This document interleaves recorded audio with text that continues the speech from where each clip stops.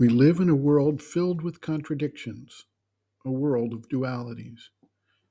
We accept the premise that we cannot have light without dark, pleasure without pain, joy without sorrow. This appears to be the nature of the world, and it seems like an irrefutable concept.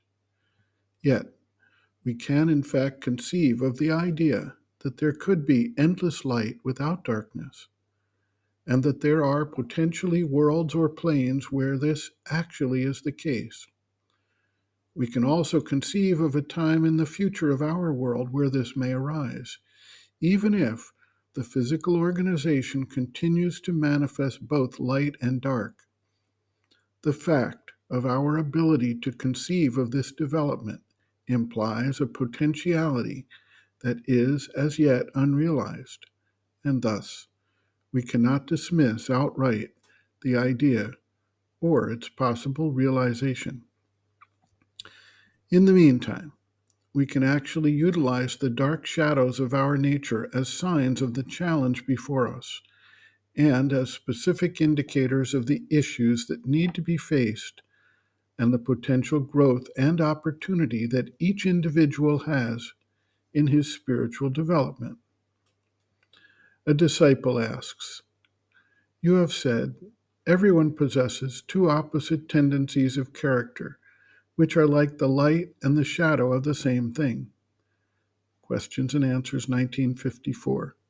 The Mother, quote, "Everyone possesses in a large measure, and the exceptional individual in an increasing degree of precision, two opposite tendencies of character in almost equal proportions, which are like the light and the shadow of the same thing.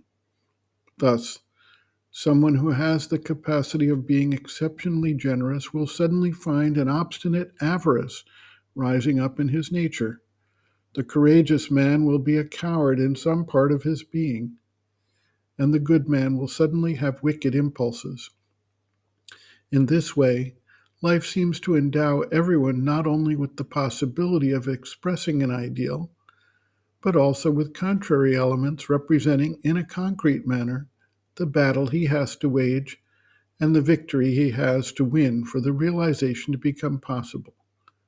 Consequently, all life is an education pursued more or less consciously, more or less willingly. The disciple asks, "Why are things made in this way? Can't one have only the light?"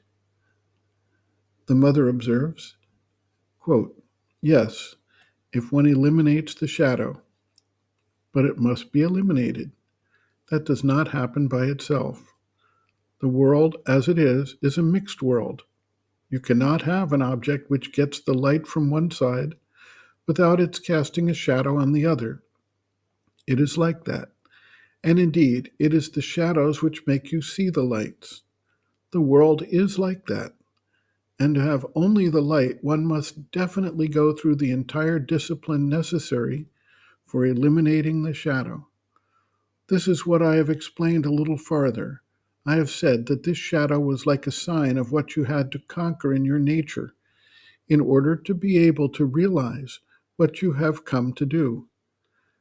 If you have a part to play, a mission to fulfill, you will always carry in yourself the main difficulty preventing you from realizing it, so that you have within your reach the victory you must win.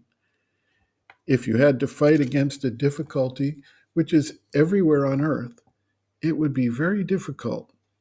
You would need to have a very vast consciousness and a very great power.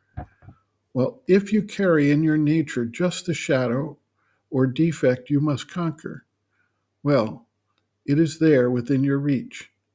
You see all the time the effects of this thing and can fight it directly, immediately. It is a very practical organization." End quote. Reference, Sri Aurobindo and the Mother, Our Many Selves, Practical Yogic Psychology, Chapter 6, Some Answers and Explanations, pages 167 to 168.